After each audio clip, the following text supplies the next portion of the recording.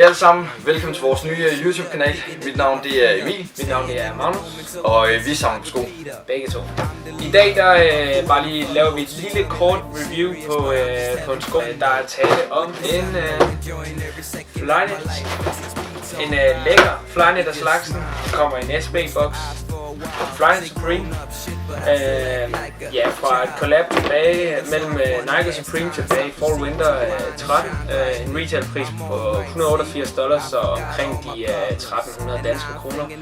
Rygtet til at være omkring 500 par worldwide. Og markedsprisen ligger lige nu her, hvis du har et par boxfresh, så ligger de nok i en 5-6.000, tror jeg. Og jeg tror ikke prisen går ned forløb, jeg tror næsten kun den går en vej. En rigtig, rigtig lækker sko. Mega simpel, rigtig clean.